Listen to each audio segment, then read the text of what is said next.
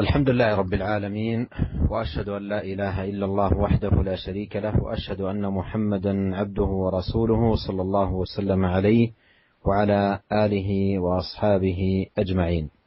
أما بعد، أيها الإخوة الكرام، وصلنا إلى الحديث الرابع من الأحاديث التي ساقها الإمام النووي رحمه الله تعالى في باب المبادرة إلى الخيرات من كتابه رياض الصالحين. عن أبي هريرة رضي الله عنه قال: جاء رجل إلى النبي صلى الله عليه وسلم فقال: يا رسول الله، أي الصدقة أعظم أجرا؟ قال: أن تصدق وأنت صحيح شحيح تخشى الفقر وتأمل الغنى، ولا تمهل حتى إذا بلغت الحلقوم قلت لفلان كذا ولفلان كذا وقد كان لفلان. متفق عليه. قال: الحلقوم مجرى النفس، والمريء مجرى الطعام والشراب. هذا الحديث ساقه رحمه الله تعالى لما فيه من دلالة ظاهرة على أهمية المبادرة إلى الخيرات والمسارعة إليها، وأن الواجب على العبد أن يبادر إلى الخير لأنه لا يدري ما يعرض له، أن يبادر إلى الخير ولا يسوف لأنه لا يدري ما يعرض له. قد يؤجل عملا إلى الغد ولا يكون من أهل الغد، لا يكون من أهل الدنيا في الغد، بل يكون من أهل الحياة الآخرة. ولهذا ينبغي على الإنسان أن يسارع ويبادر إلى الأعمال، وأن يحذر من التأجيل، سواء الصدقة أو العبادات عموما يبادر إليها ولا يؤجل. وقول الرجل في هذا الحديث للنبي عليه الصلاة والسلام: أي الصدقة أعظم أجرا؟ هذا فيه دليل على إدراكهم رضي الله عنهم أن الصدقة وكذلك الشأن في كل طاعة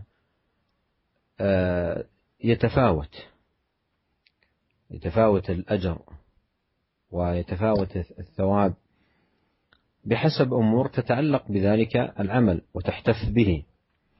فسأل هذا الصحابي النبي صلى الله عليه وسلم: أي الصدقة أعظم أجرا؟ أي الصدقة أعظم أجرا؟ وهذا فيه دليل كما قدمت على التفاوت في الصدقة، وأنها ليست على درجة واحدة. فقال عليه الصلاة والسلام: أن تصدق وأنت صحيح شحيح. صحيح أي صحيح البدن، في صحة وعافية ولا تشكو من علة، وشحيح وهذا أمر يلازم صحة البدن، لأن الإنسان في صحته وفي نشاطه تشح نفسه بالمال. بينما إذا كان مريضا واشتد به المرض فإنه في مثل هذه الحال قد يتصدق وقد ينفق، بخلاف حال الصحة فإنه يصاحبها شيء من الشح، إلا من سلمه الله سبحانه وتعالى من ذلك: ومن يوق شح نفسه فأولئك هم المفلحون. قال: أن تصدق وأنت صحيح شحيح تخشى الفقر وتأمل الغنى. تخشى الفقر وتأمل الغنى. تخشى الفقر أي أنت صدقت، وتأمل الغنى، وجاء في رواية البقاء. تأمل البقاء أي أن تبقى مدة أطول، بينما الإنسان الذي في المرض وضعه يختلف في المرض، ولا سيما إذا اشتد المرض وضعه مختلف من حيث التعلق بالمال والحرص عليه. قال: ولا تمهل، يعني لا تمهل باب الإنفاق والصدقة والبذل والعطاء حتى إذا بلغت الحلقوم أي الروح، حتى إذا بلغت الحلقوم أي الروح. وهذا فيه أن خروج الروح بأنها تخرج من أسفل البدن وتنتهي بالحلقوم، فتكون بذلك نهاية الإنسان. نهاية الإنسان، لأن بلغت الحلقوم يدل على أنها تبدأ من أسفل البدن صاعدة، فإذا بلغت الحلقوم أي وصلت الحلقوم يغرغر الإنسان، وحينئذ تكون المفارقة لهذه الحياة. قال لا تمهل حتى إذا بلغت الحلقوم أي وصلت إلى اللحظات الأخيرة من حياتك، ثم في تلك الحال قلت لفلان كذا ولفلان كذا، لفلان كذا أي من الصدقة والبذل، ولفلان كذا من الصدقة، يبدأ يتصدق في مثل تلك الحال، وقد كان لفلان، وهذا فيه أن المال سيؤول إلى الوارث، وأن مال الإنسان لوارثه، وأنه ليس للإنسان من مال إلا ما تصدق فأبقى، أو أكل فأفنى، أو لبس فأبلى، كما جاء هذا المعنى في الحديث عن الرسول الكريم صلوات الله وسلامه عليه. فإذا هذا الحديث يفيد فائدة عظيمة في باب النفقة وباب الصدقة وباب البذل في سبيل الله في حال صحة الإنسان ونشاطه مع خشية الفقر وأمل البقاء، هذه أفضل الصدقة. وأما في حال المرض فهو حال يضعف تعلق الإنسان بالمال، فقد يتصدق ما لا يتصدق في حال صحته. ومما سمعته من أحد الدعاة يقول: عدت رجلا ثريا مريضا في المستشفى، فعرضت عليه أن يدعم عملا خيريا، فاستعد لذلك العمل وقال له: أعطني تصورات عنه، حتى تولى دعمه. ثم لما هيأت التصورات ورجعت إليه وجدت أنه خرج من المستشفى وأن صحته تحسنت، فعرضت عليه العمل الذي قد وافق عليه. فلما عرضت عليه العمل اعتذر وقال الالتزامات كثيرة والمطالب عديدة وامتنع من فهذا يصور لنا حال الإنسان المشار إليها في هذا الحديث العظيم، حديث النبي صلى الله عليه وسلم، وأن الإنسان الواجب عليه أن يبادر إلى الأعمال الصالحة، وأن يسارع إلى الخيرات، ولا يؤجل عمل اليوم إلى الغد، والتوفيق بيد الله وحده لا شريك له. Bismillahirrahmanirrahim. Alhamdulillah, segala puji dan syukur kita panjatkan kehadirat Allah Subhanahu wa taala atas segala limpahan karunia dan kenikmatan yang tiada henti-hentinya kita peroleh, dan kita bersaksi bahwasanya tidak ada sesembahan yang berhak untuk diserahkan ibadah dan ketundukan kecuali Allah Subhanahu wa taala. Dan kita bersaksi pula bahwasanya Muhammad adalah hamba Allah dan utusan Allah. Semoga salawat dan salam senantiasa tercurahkan kepada beliau dan juga kepada keluarga beliau serta seluruh sahabat beliau. Para pendengar yang dirahmati oleh Allah Subhanahu wa taala, kita telah sampai pada hadis yang keempat dari bab al-mubadarah ilal khairat, yaitu bab tentang bersegera, berlomba-lomba dalam melakukan amalan-amalan kebajikan. Sebuah hadis yang diriwayatkan oleh Abu Hurairah radhiyallahu taala anhu, di mana hadis ini dibawakan oleh Al-Imam Nawawi untuk menjelaskan tentang pentingnya bersegera dalam beramal. Abu Hurairah radhiyallahu taala anhu berkata, Ja'a rajulun ila Nabi sallallahu alaihi wasallam faqal, ada seorang yang datang menemui Nabi sallallahu alaihi wasallam, kemudian dia berkata, "Ya Rasulullah, ayu shadaqati a'zamu ajran?" Wahai Rasulullah, sedekah apakah yang paling besar pahalanya, yang paling besar ganjarannya? Qal, Rasulullah sallallahu menjawab, "Anta saddaqa wa anta sahihun syahihun takhshal faqr."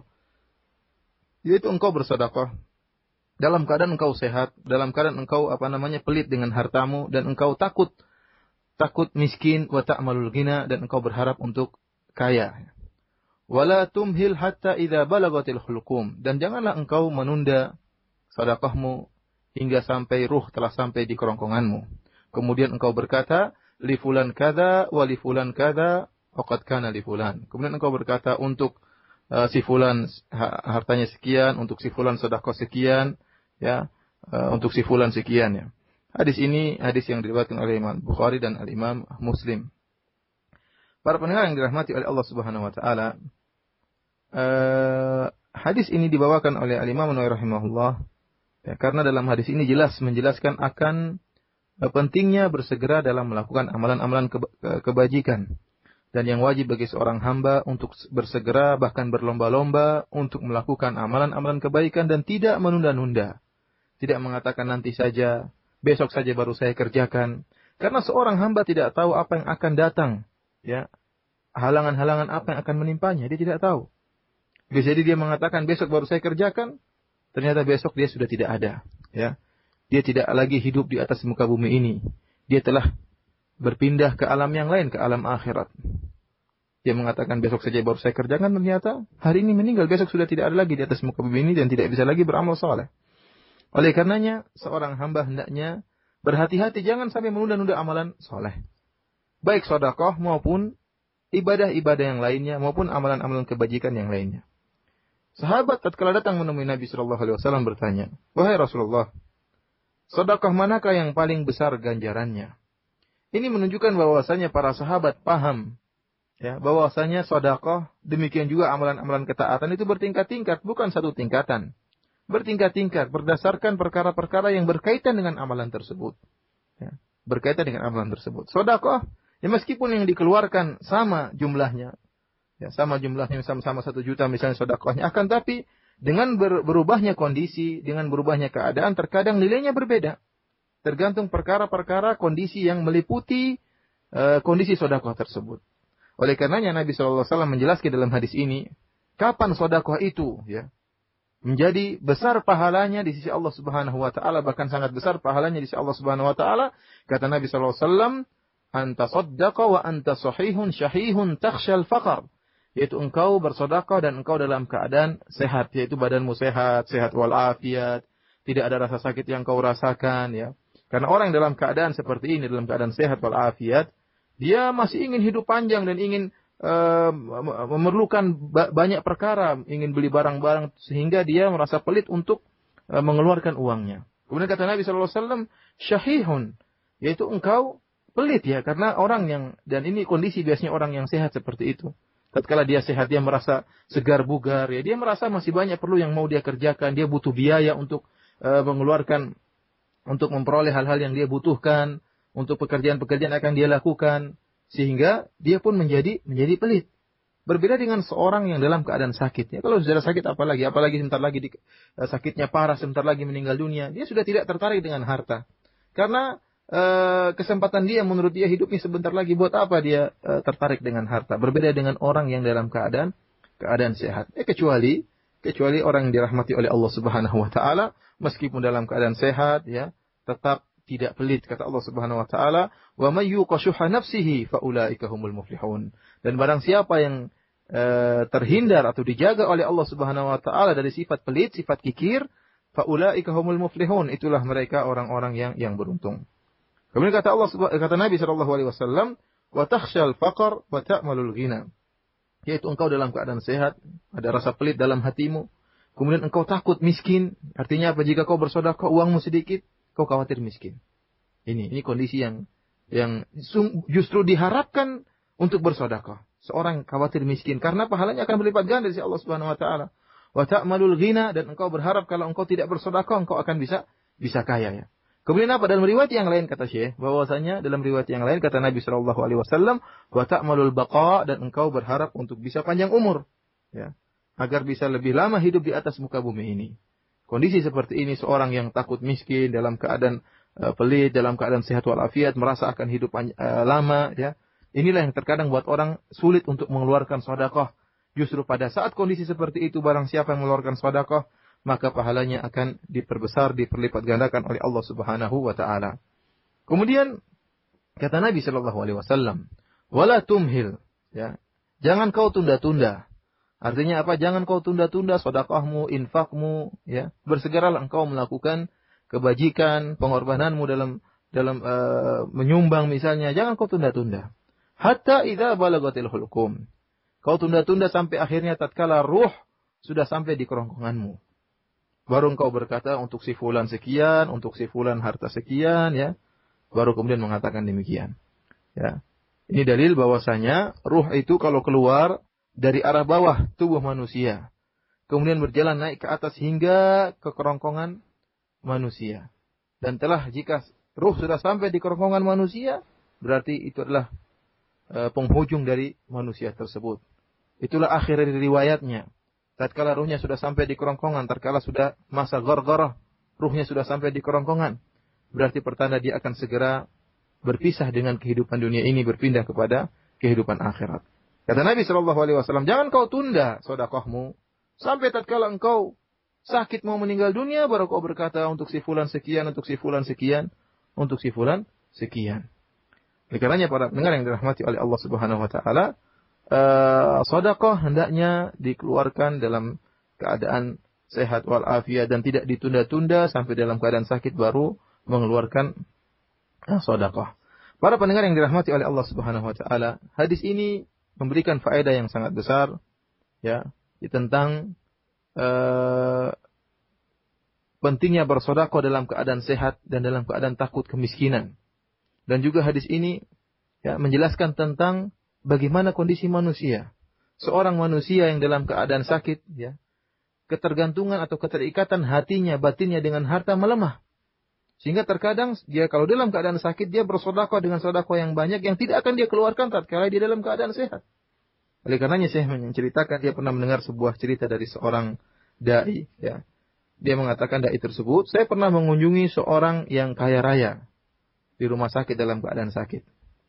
Tatkala saya kunjungi orang tersebut, maka saya pun menawarkan ada sebuah proyek dakwah, ya, proyek akhirat saya tawarkan kepada dia dan saya jelaskan biayanya sekian-sekian. Maka orang yang kaya ini dalam keadaan sakit ini tertarik. Dan dia berkata, kalau begitu tolong berikan gambaran perincian dengan jelas, ya, tentang proyek akhiratmu tersebut. Akhirnya kata dai ini, saya pun pulang dan saya siapkan segalanya, ya, proposalnya saya siapkan. Kemudian setelah itu saya kembali ingin bertemu dengan orang yang kaya ini. Ternyata orang kaya ini sudah sembuh, sudah tidak sakit lagi. Akhirnya saya beritahukan kepada dia, inilah proposal proyek akhirat saya ajukan kepada Anda. Ternyata dia bilang apa? Aduh, maaf, saya tidak bisa membantumu, banyak kebutuhan, banyak keperluan, banyak kewajiban yang harus saya kerjakan. Subhanallah, tadi waktu dalam keadaan sakit, dia siap untuk memberi sumbangan, akan tetapi tatkala dalam keadaan sehat, ya, kembali lagi hatinya terikat dengan dunia sehingga tidak memberi sumbangan. Demikianlah, ya, kondisi manusia, ya, tatkala dalam keadaan sehat walafiat, enggan untuk bersedekah, namun tatkala dalam keadaan sakit semangat untuk bersedekah. Oleh karenanya wajib bagi kita untuk berusaha segera beramal soleh, bahkan berlomba-lomba untuk melaksanakan kebajikan-kebajikan, dan jangan kita tunda amalan-amalan kebajikan kita, baik sedekah maupun yang lain, dan semoga Allah memberikan taufiknya kepada kita semua.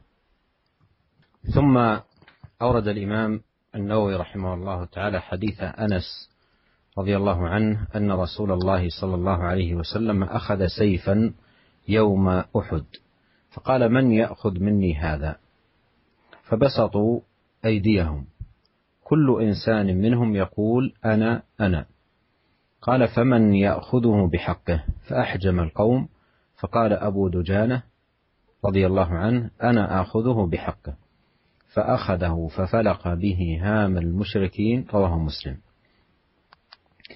قال رحمه الله اسم أبي دجانة سماك بن خرشة قوله أحجم القوم أي توقفوا وفلق به أي شق هام المشركين أي رؤوسهم. هذا الحديث هو من جملة الأحاديث الدالة على المسارعة للخيرات، وفيه بيان حال الصحابة في هذا المقام العظيم، وأنهم السباقون إلى الخيرات والسابقون الأولون من المهاجرين والأنصار. وفي الحديث أن النبي عليه الصلاة والسلام أخذ سيفا يوم أحد، ويوم أحد هو يوم الفرقان، يوم أحد هو يوم التقاء المسلمين وكفار قريش عند جبل أحد الواقع شمال المدينة المنورة هو يوم عظيم. ففي ذلك اليوم يوم أحد أخذ عليه الصلاة والسلام سيفا، فقال لأصحابه رضي الله عنهم: من يأخذ مني هذا؟ فبسطوا أيديهم. بسط الأيدي لأخذ السيف هو من أجل الجهاد بهذا السيف في سبيل الله، وهذا فيه مسارعة الصحابة رضي الله عنهم وأرضاهم إلى الخيرات ومبادرتهم. فأنس قال: فبسطوا أيديهم. هذا واضح في الدلالة على المسارعة في الخيرات. وكل إنسان منهم يقول: أنا. هذا كلهم من مبادرة الصحابة ومسارعتهم وتنافسهم في الخير. فقال عليه الصلاة والسلام: فمن يأخذه بحقه؟ من يأخذه بحقه؟ حينئذ أحجم القوم، ولم يكن ذلك الإحجام عن جبن أو عدم رغبة في الخير، حاشاهم من ذلك، وإنما أحجموا عن أخذ السيف خوفا من أن لا يستطيعوا الوفاء بما وعدوا به رسول الله صلوات الله وسلامه وبركاته عليه. فلذلك أحجموا. أبو دجانة رضي الله عنه قال: أنا يا رسول الله. قام وقال: أنا آخذه بحقه. وفي هذا أيضا فضل أبي دجانة وتضحيته وقوته رضي الله عنه وأرضاه. قال: أنا أخذه بحقه. فأخذه ففلق به هام المشركين. فلق به هام المشركين أي شق به رؤوس المشركين، أي أنه أبلى بلاء حسنا وبذل جهدا عظيما وتضحية بالغة. وشاهد القول من هذا الحديث للترجمة أن الصحابة رضي الله عنهم هم السباقون للخيرات. وهذا يتطلب منا أمران تجاه الصحابة: الأول أن نعرف قدر الصحابة ومكانتهم ونبلهم وفضلهم والجهود العظيمة التي قدموها نصرة لدين الله سبحانه وتعالى. والأمر الثاني أن نتأسى بالصحابة في المسارعة للخير والمبادرة لأعمال البر، فنكون متبعين لهم بإحسان حقا وصدقا، والله أعلم. Kemudian Imam Nawawi rahimahullah membawakan hadis berikutnya, yaitu hadis yang kelima dari Anas bin Malik radhiyallahu taala anhu. Beliau berkata, "Anna Rasulullah sallallahu alaihi wasallam akhadha sayfan yauma Uhudin." Pada waktu terjadi perang Uhud, peristiwa perang Uhud, Rasulullah sallallahu alaihi wasallam mengambil sebuah pedang, sebilah pedang. Kemudian Rasulullah SAW berkata, "Man ya'khudhu minni hadha?"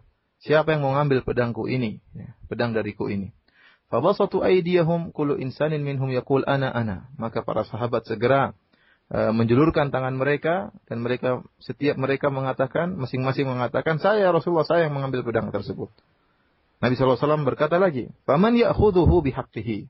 Siapa yang bisa mau mengambil pedang ini, akan tetapi dengan syarat, dengan hak pedang ini. Fa'ahjamal qaum, maka para sahabat akhirnya berhenti, tidak berani mengambil.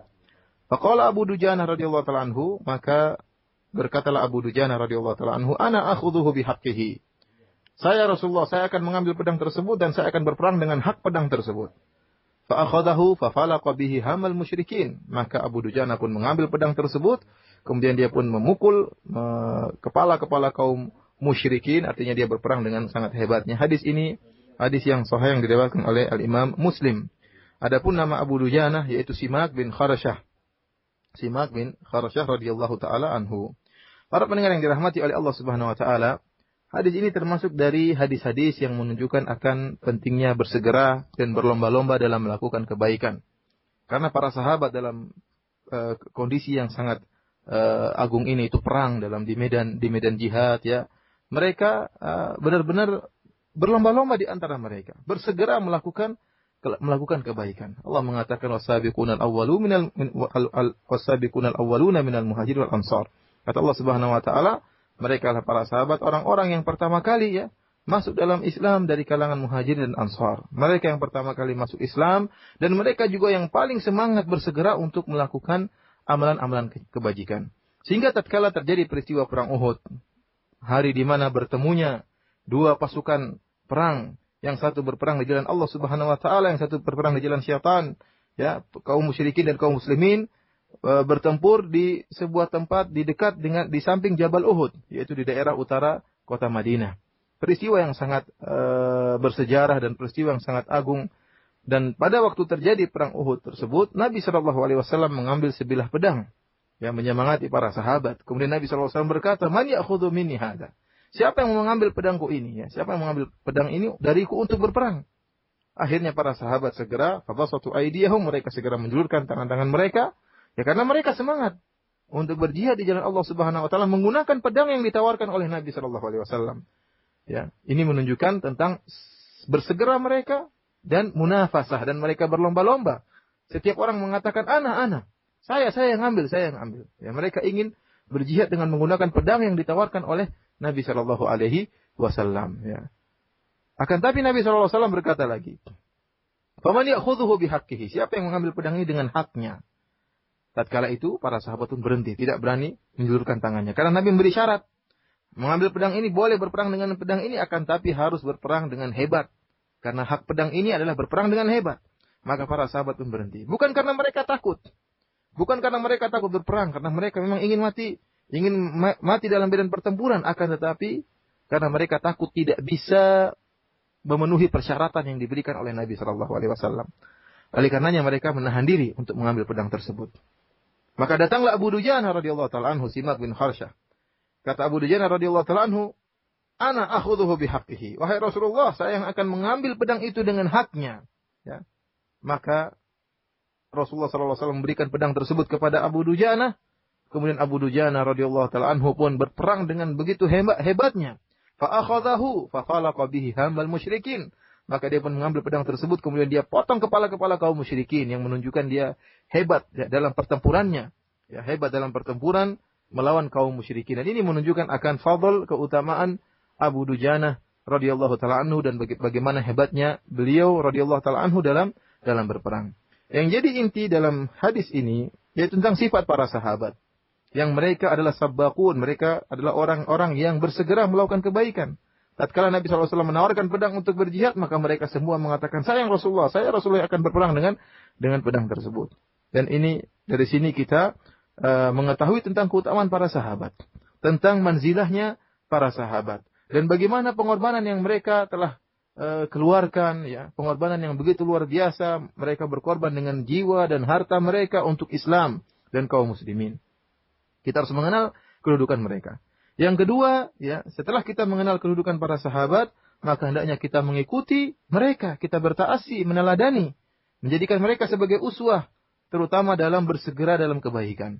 Dan jika kita sudah meneladani para sahabat, maka mudah-mudahan kita termasuk dari orang-orang yang disebut oleh Allah Subhanahu wa taala, walladzina tabauhum bi ihsan, yaitu orang-orang yang dipuji oleh Allah, yaitu orang-orang yang mengikuti para sahabat dengan cara yang baik. Kalau kita mengikuti sifat-sifat sahabat, maka mudah-mudahan kita termasuk dalam orang-orang yang dipuji oleh Allah tersebut. ثم أورد الإمام النووي رحمه الله تعالى حديث الزبير بن عدي قال أتينا أنس بن مالك فشكونا إليه ما نلقى من الحجاج فقال اصبروا فإنه لا يأتي عليكم زمان إلا والذي بعده شر منه حتى تلقوا ربكم سمعته من نبيكم صلى الله عليه وسلم رواه البخاري. هذا الحديث فيه الصبر على ولاة الجور والظلم كما قال أنس اصبروا، وفي الحديث اصبروا حتى يستراح من بر، حتى يستريح بر أو يستراح من فاجر. ففيه الصبر على ولاة الأمور إن ظلموا وإن جاروا، وأن يؤدي المسلم الذي له ويسأل الله تبارك وتعالى الذي عليه. وقوله لا يأتي عليكم زمان إلا والذي بعده شر منه حتى تلقوا ربكم، فيه أن الناس في كل عام يرذلون، وأن الفتن تقبل على الناس في فتنة تلو الأخرى، وأن الواجب على المسلم أن يبادر للخيرات وأن يسارع للطاعات حتى تكون بإذن الله عصمة له في الفتن ونجاة من الهلكة. ومن حفظ الله عز وجل حفظه الله تبارك وتعالى. ومن فوائد هذا الحديث المسارعة للخيرات والمبادرة إليها وتعويد النفس على القيام بها والمحافظة عليها حتى تكون سببا لعافية العبد وسلامته في دنياه وأخراه. وكذلك من فوائد هذا الحديث أهمية الرجوع إلى العلماء الربانيين، فهؤلاء جاءوا إلى أنس بن مالك رضي الله عنه فشكوا إليه ما يلقونه من الحجاج، أي من ظلم وجور، فقال اصبروا.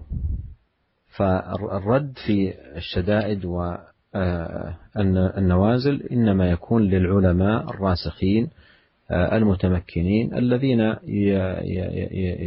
يكون توجيههم ودلالتهم للناس في ضوء كلام الله وكلام رسوله عليه الصلاة والسلام. ولهذا لما وجههم رضي الله عنه وأرضاه لم يوجههم بشيء من قبل نفسه، وإنما أمرهم بالصبر، وأخبر أنه لا يأتي على الناس زمان إلا والذي بعده شر منه، ثم ختم ذلك بقوله سمعته من نبيكم صلى الله عليه وسلم. فهو لم يأتي بشيء من قبل نفسه، وإنما دلهم على هدي النبي الكريم عليه الصلاة والسلام، وهذا هو مقام العلماء الراسخين. بينما من سواهم فإنهم يتكلمون في مثل هذه النوازل والشدائد بالعواطف وبالأهواء وبالتخرصات، فشتان بين من كان يحكم في مثل ذلك بنور الكتاب والسنة وبين من يحكم بعواطفه وأهوائه ونحو ذلك. Para pendengar yang dirahmati oleh Allah Subhanahu wa taala, kemudian Al-Imam Nawawi rahimahullah membawakan hadis berikutnya, hadis yang ke-6 dari Az-Zubair bin Adi. Dia berkata, "Ataina Anas bin Malik radhiyallahu anhu, fasyakawna ilaihi ma nalqa minal hajjaj." Kami mendatangi Anas bin Malik radhiyallahu taala anhu dan kami mengeluhkan tentang gangguan yang kami dapatkan dari Hajjaj. Hajjaj yaitu yang sangat bengis dan suka membunuh orang tatkala itu. Faqala, maka Anas bin Malik radhiyallahu ta'ala anhu berkata, isbiru fa innahu la ya'ti 'alaikum zamanun illa walladhi ba'dahu syarrun minhu. Bersabarlah kalian, sungguhnya tidaklah ada suatu zaman yang datang kepada kalian kecuali yang datang setelahnya lebih buruk darinya. Hatta talqaw rabbakum, sampai kalian bertemu dengan Rabb kalian. Sami'tuhu min nabiyyikum. Ini saya dengarkan langsung dari Nabi sallallahu alaihi wasallam, nabi kalian. Hadis ini hadis yang sahih yang diriwayatkan oleh Imam Al-Bukhari. Hadis ini menjelaskan kepada kita tentang bersabar atas gangguan yang muncul dari pemerintah atau penguasa yang zalim, ya, pemerintah yang melakukan kelaliman, ya. Oleh karenanya Anas radhiyallahu taala anhu mengatakan isbiru, hendaknya kalian bersabar, ya. Kalian bersabar sampai kondisi dirubah oleh Allah Subhanahu wa taala, ya. Entah yang fajir tadi akhirnya meninggal dunia sehingga seorang yang baik akan beristirahat dari gangguan-gangguan dari orang fajir tersebut, dari pemerintah yang zalim tersebut. Meskipun mereka berbuat zalim, meskipun mereka berbuat kelaliman, ya, yang wajib bagi seorang muslim sebagai rakyat untuk melakukan kewajibannya. Apa yang wajib bagi dia ditunaikan, adapun hak dia minta kepada Allah Subhanahu wa taala. Jika haknya tidak diberikan oleh pemerintah dan penguasa, maka dia minta kepada Allah Subhanahu wa taala. Adapun hak kewajiban dia harus dia tunaikan. Dalam hadis ini Anas radhiyallahu ta'ala anhu menyebutkan tentang sabda Nabi sallallahu alaihi wasallam, tidaklah datang suatu zaman kecuali zaman yang setelahnya lebih buruk daripada sebelumnya. Menunjukkan bahwasanya akan terus datang fitnah. Fitnah datang silih berganti, ya. Semakin tahun semakin parah. Dan wajib bagi seorang muslim untuk bertakwa kepada Allah Subhanahu wa taala dan segera melakukan amalan kebajikan jika timbul fitnah-fitnah. Inilah faedah dari hadis ini, yaitu kita harus bersiap siaga menghadapi zaman yang setiap tahun semakin parah dan semakin parah. Dengan apa? Dengan menjalankan perintah Allah Subhanahu wa taala, bahkan bersegera untuk melaksanakan perintah-perintah Allah Subhanahu wa taala, agar amalan yang kita lakukan tersebut menjaga kita dari fitnah, menjaga kita dari bahayanya fitnah. Karena barang siapa yang menjaga Allah Subhanahu wa taala, hafizahullah. Barang siapa yang menjaga Allah, maka Allah akan menjaga dia.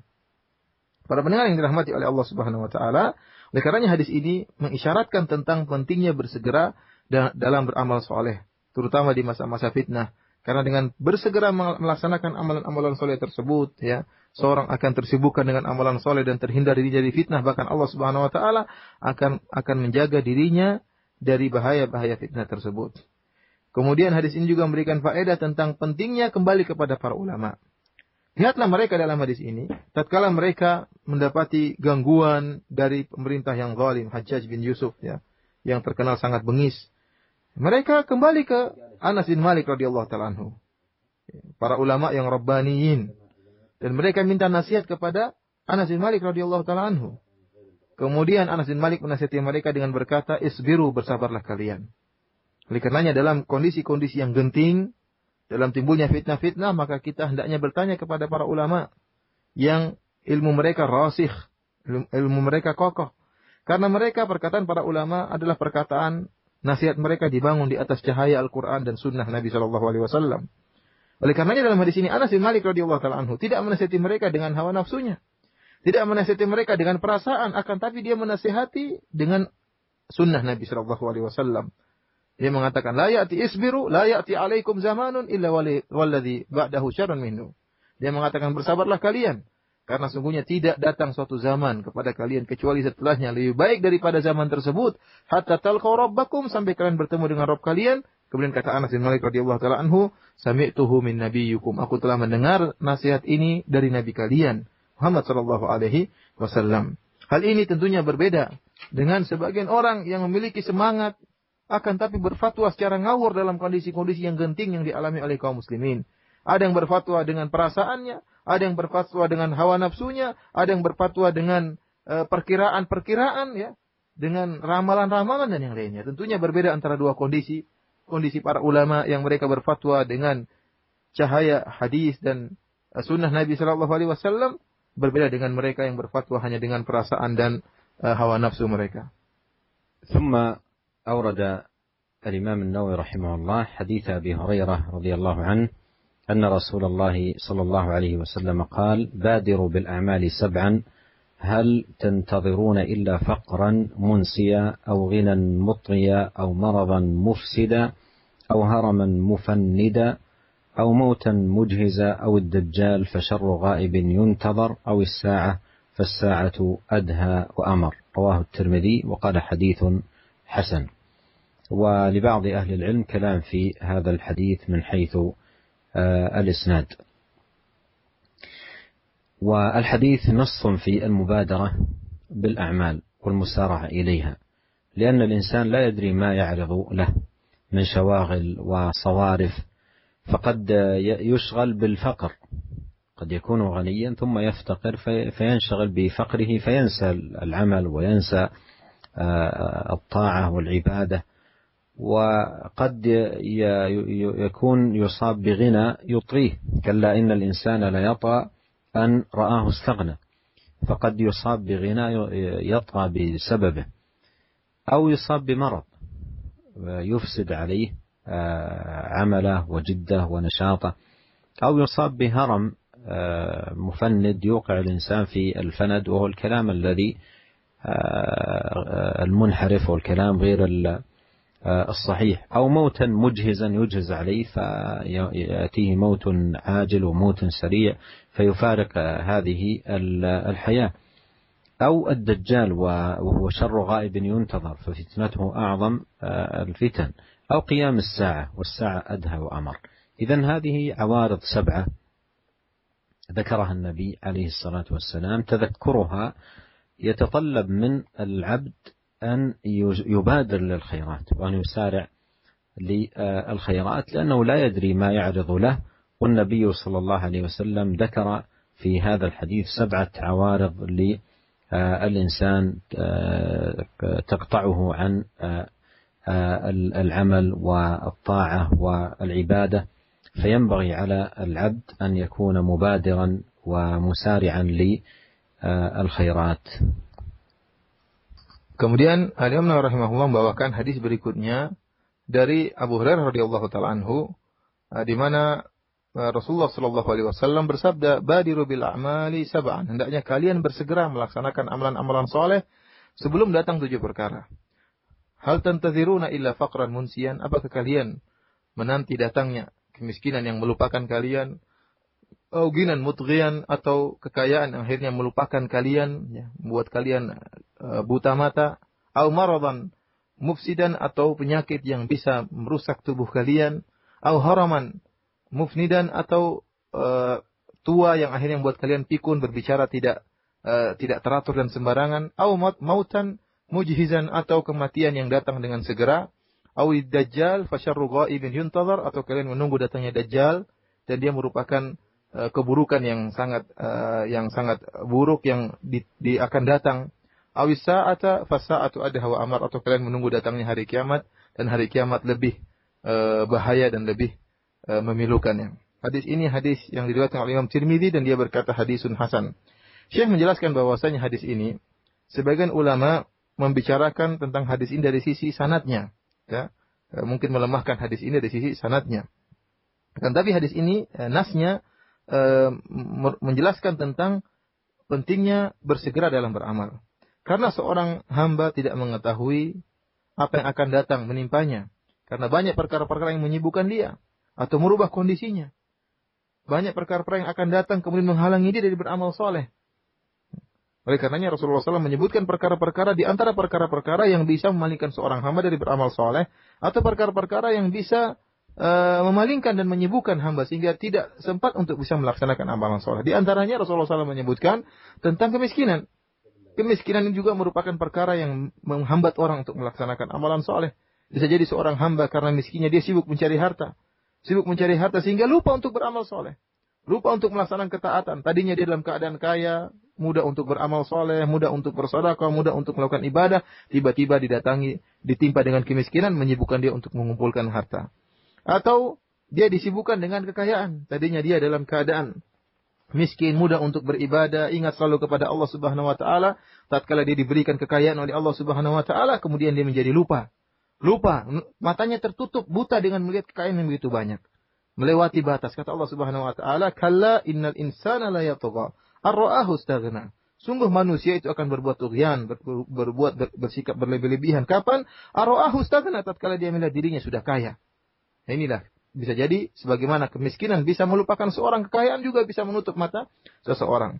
Kemudian juga di antara perkara yang memalingkan seorang dari amalan soleh seperti maradan mufsidan, yaitu penyakit yang bisa merusak tubuh seorang. Sehingga tadinya dalam keadaan sehat dia begitu semangat melakukan ibadah, apa saja semangat, begitu sakit sulit bagi dia untuk melakukan ibadah. Oleh karenanya segera kita beramal soleh sebelum datang kepada kita penyakit. Kemudian apa? Al-haram, ya. Pikun. Seorang bisa jadi tatkala mencapai masa tua ditimpa dengan penyakit pikun sehingga omongannya tidak jelas, ngawur. Orang yang seperti ini sulit bagi dia untuk beribadah. Kenapa otaknya sendiri pikun, ngomongnya tidak teratur, bagaimana mau rajin untuk beribadah? Atau akan datang mautan mujhizan, yaitu kematian yang datang secara tiba-tiba tanpa diduga, begitu cepat datangnya. Seorang merasa dalam keadaan sehat walafiat, malas untuk beribadah dan dia akan tunda-tunda ibadahnya, tiba-tiba dia sudah dijemput dengan kematian. Atau dajjal, dan dajjal merupakan keburukan yang belum terjadi dan akan terjadi, yang sedang dinanti-nanti. Akan datang dajjal, ya kalau sudah datang dajjal sulit bagi kita juga untuk beramal saleh. Dan kemudian yang terakhir adalah hari kiamat, dan perkaranya lebih parah dan lebih berbahaya. Jika sudah tiba hari kiamat maka sama sekali tidak ada kesempatan untuk bisa beramal saleh lagi. Para pendengar yang dirahmati oleh Allah Subhanahu wa taala, inilah 7 perkara yang disebutkan oleh Nabi Shallallahu alaihi wasallam yang bisa menghalangi seorang dari beramal saleh. Barang siapa yang mengingat dan merenungkan tentang 7 perkara ini, tentunya dia sadar bahwasanya dia harus segera beramal saleh sebelum ditimpa dengan 7 perkara ini. Karena seorang hamba tidak tahu mana di antara 7 perkara ini akan datang menimpa dia. Apakah tiba-tiba dia miskin? Apakah tiba-tiba dia kaya membuat dia lupa? Apakah dia kemudian tua? Apakah dia kemudian tiba-tiba meninggal? Atau datang Dajjal? Atau tiba-tiba hari kiamat? Seluruhnya ini mengharuskan seorang hamba untuk bersegera dalam beramal saleh. ثم ختم الإمام النووي رحمه الله هذه الترجمة بحديث أبي هريرة أن رسول الله صلى الله عليه وسلم قال يوم خيبر لأعطين هذه الراية رجلا يحب الله ورسوله يفتح الله على يديه. قال عمر ما أحببت الإمارة إلا يومئذ فتساورت لها رجاء أن أدعى لها. فدعا رسول الله صلى الله عليه وسلم علي بن أبي طالب رضي الله عنه فأعطاه إياها وقال امشي ولا تلتفت حتى يفتح الله عليك. فسارع علي شيئا ثم وقف ولم يلتفت فصرخ يا رسول الله على ماذا أقاتل الناس؟ قال قاتلهم حتى يشهدوا أن لا إله إلا الله وأن محمدا رسول الله فإذا فعلوا ذلك فقد منعوا منك دماءهم وأموالهم إلا بحقها وحسابهم على الله. رواه مسلم. قال فتساورت هو بالسين المهملة أي وثبت متطلعا. هذا الحديث فيه مسارعة الصحابة رضي الله عنهم ومبادرتهم إلى امتثال أمر النبي عليه الصلاة والسلام، ففيه المسارعة بالخيرات وحبهم لله وحبهم لرسوله عليه الصلاة والسلام، حتى إن عمر قال ما أحببت الإمارة إلا يومئذ، لأن النبي صلى الله عليه وسلم وصف من يعطى الراية بهذه الصفة العظيمة، يحب الله ورسوله ويحبه الله ورسوله كما جاء في بعض الروايات. فتساورت لها رجاء أن أدعى لها، ليس حبا في الإمارة لذاتها وإنما رغبة في هذا الوصف العظيم الذي ذكره النبي عليه الصلاة والسلام. أيضا التزام الصحابة رضي الله عنهم بوصايا النبي عليه الصلاة والسلام وتقيدهم بما يأمرهم به، فلما قال للنبي عليه الصلاة والسلام امشي ولا تلتفت مشى رضي الله عنه ولم يلتفت، ولما احتاج إلى أن يسأل عن شيء سأل دون التفات، كل ذلكم استجابة لما دعا إليه النبي الكريم صلوات الله وسلامه عليه. وبهذا يكون ختم الإمام النووي رحمه الله تعالى هذه الترجمة العظيمة المبادرة إلى الخيرات، والذي ينبغي أن يكون عليه المسلم هو المسارعة والمبادرة إلى الخيرات، والمرء لا يدري ما يعرض له. نسأل الله عز وجل أن يوفقنا لاغتنام الخيرات والمسارعة إليها، وأن يهدينا إليه صراطا مستقيما إنه سميع قريب مجيب. Kemudian Al-Imam Nawawi rahimahullah membawakan hadis yang terakhir dalam bab ini, bab bersegera dan berlomba-lomba dalam beramal saleh, yaitu bahwasanya Rasulullah SAW tatkala peristiwa perang Khaybar, Rasulullah SAW mengatakan, "La'utiyanna hadhihi rayata rajulan yuhibbullah wa rasulah." Sungguh aku akan memberikan bendera peperangan ini kepada seorang yang cinta kepada Allah dan Rasulnya. Dan Allah Subhanahu wa taala akan memenangkan peperangan karenanya. Yaftahullahu ala yadayhi, Allah akan memenangkan peperangan dengan tangannya. Maka Umar bin Khattab radhiyallahu ta'ala anhu tatkala mendengar sabda Nabi sallallahu alaihi wasallam ini, dia mengatakan, "Ma ahbabtul imarata illa yauma idzin." Sama sekali saya tidak pernah ingin untuk jadi pemimpin kecuali pada hari tersebut. Fatasawartu laha raja'an an ud'a laha, maka saya pun menampakkan diri saya di hadapan Nabi sallallahu alaihi wasallam, ya, agar siapa tahu aku dipanggil untuk memegang bendera peperangan tersebut. Akan tapi Rasulullah sallallahu alaihi wasallam ternyata memanggil Ali bin Abi Thalib radhiyallahu anhu. Kemudian Rasulullah sallallahu alaihi wasallam memberikan bendera peperangan tersebut, bendera kepemimpinan tersebut kepada Ali bin Abi Thalib. Kemudian Rasulullah SAW berkata, "Imshi wala taltafit hatta yaftahullah alaik." Berjalanlah engkau dan jangan kau berpaling sampai Allah memenangkan peperangan dengan sebab engkau. Maka berjalanlah Ali radhiyallahu ta'ala anhu memegang bendera tersebut, berjalan sebentar. Tsumma waqafa wa lam yaltafit. Kemudian Ali pun berhenti dan tidak berpaling Fasaraha, kemudian dia berteriak dengan suara berucap dengan suara yang keras, "Wahai Rasulullah, ala madza uqatilun nas?" Saya memerangi manusia, memerangi orang-orang karena apa?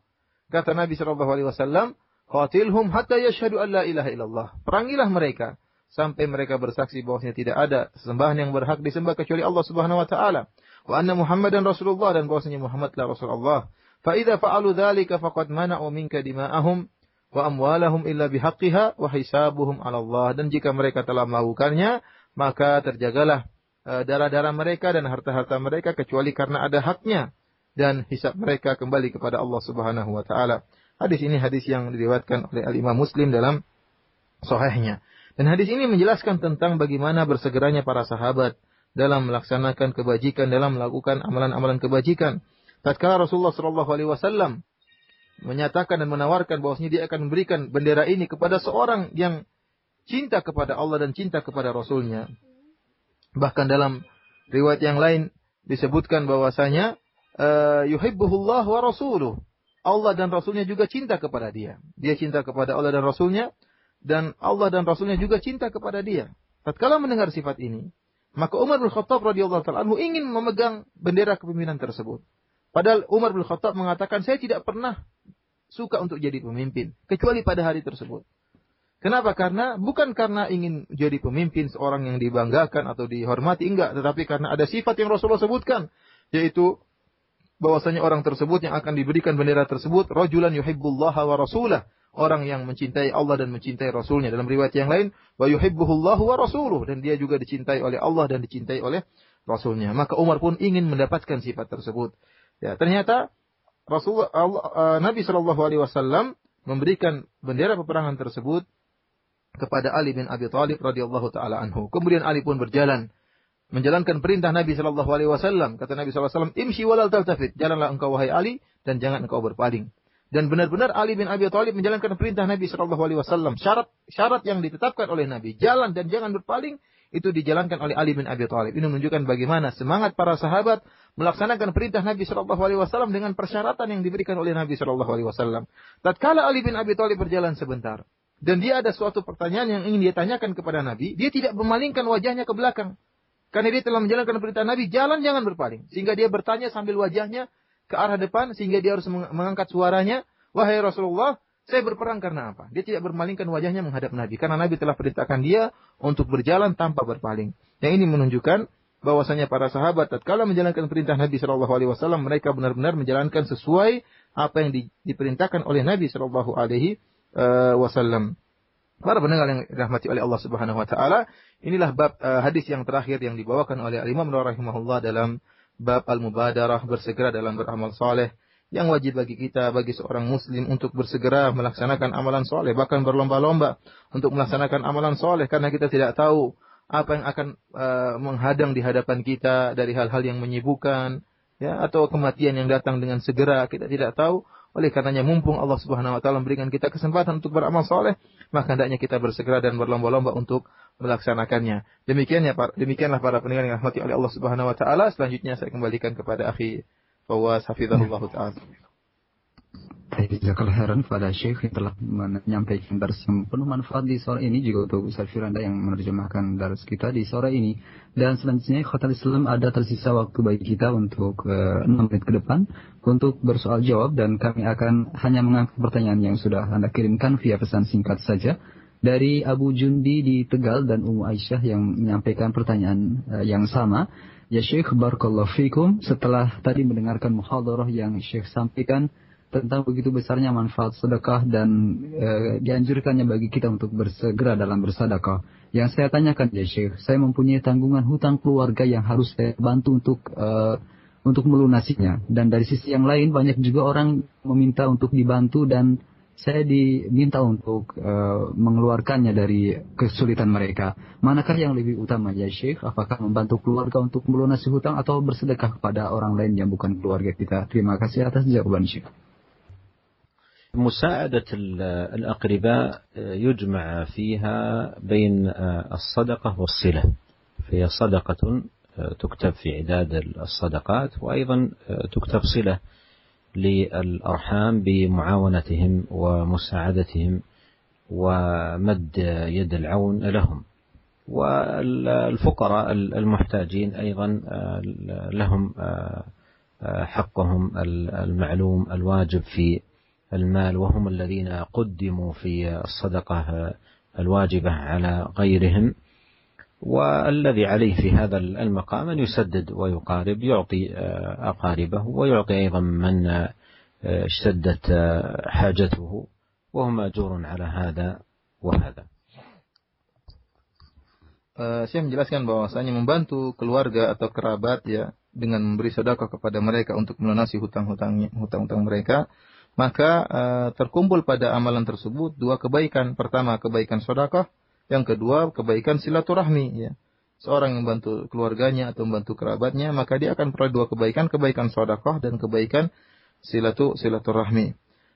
Demikian juga para fuqara, orang-orang miskin yang mereka sangat butuh dengan bantuan dan mereka punya hak untuk dibantu dan mereka didahulukan daripada yang lainnya ya. Akan tapi kata Syekh bahwasanya dalam kondisi seperti ini yang diutamakan adalah membantu melunasi hutang keluarga dan kerabat ya. Dan berusaha juga melihat di antara fuqara tersebut mana yang paling parah atau yang paling butuh dengan bantuan.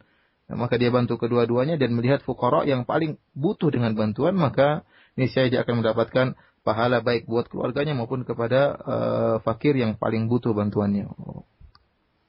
Nah, jazakallah khairan ya Syekh. Kemudian di kesempatan ini kami sampaikan pertanyaan terakhir tampaknya karena keterbatasan waktu dari Ibu Asdi Bekasi yang bertanya, "Ya Syekh, saya seorang istri yang sangat ingin bersedekah mengingat keutamaannya yang luar biasa. Tetapi sebagai seorang istri, saya tidak bekerja dan tidak menghasilkan uang. Semua harta adalah harta milik suami. Tetapi suami belum ada niat untuk bersedekah, padahal sudah disampaikan tentang keutamaan sedekah dengan dalil-dalilnya, namun hatinya belum terketuk untuk bersedekah. Padahal kami diberikan Allah Subhanahu wa taala rezeki yang lebih dari cukup. Kalau saya bersedekah ya Syekh dengan diam-diam tanpa sepengetahuan suami, bagaimana hukumnya ya Syekh? Sedangkan saya ingin sekali mendapatkan pahala sedekah tersebut." Jazakallah khairan atas jawaban Syekh. تواصل هذه المرأة مع زوجها حثا له على الصدقة وبيانا لفضلها، وليس لها أن تأخذ من ماله، وإنما تحثه وتبين له فضل الصدقة وتواصل ذلك وتدعو الله له أن يشرح صدره وأن ييسر له ذلك وأن يقيه شح نفسه، وبالبيان والنصح والتوجيه وذكر الفضائل لعل حاله تتغير بإذن الله عز وجل. ونسأل الله عز وجل لنا جميعا التوفيق والسداد والعون على كل خير، وأن يصلح لنا شأننا كله، وأن لا يكلنا إلى أنفسنا طرفة عين، إنه سميع الدعاء وهو أهل الرجاء وهو حسبنا ونعم الوكيل، والله أعلم، وصلى الله وسلم على عبده ورسوله نبينا محمد وآله وصحبه أجمعين، والسلام عليكم ورحمة الله وبركاته. Waalaikumsalam warahmatullahi wabarakatuh. Jazakallah khairan. Para pendengar yang dirahmati oleh Allah Subhanahu wa taala, Syekh menjelaskan bahwasanya hendaknya sang ibu yang bertanya tadi terus menasihati suaminya, berusaha terus menasihati, menjelaskan dengan cara yang baik kepada suaminya, sabar dalam menasihati kepada suaminya. Siapa tahu suatu saat suaminya hatinya tergerak. Ya, oleh karenanya hendaknya dia berdoa kepada Allah Subhanahu wa taala akan melampangkan dada suaminya untuk bisa bersedekah dan agar melindungi suaminya dari sifat pelit dan sifat kikir.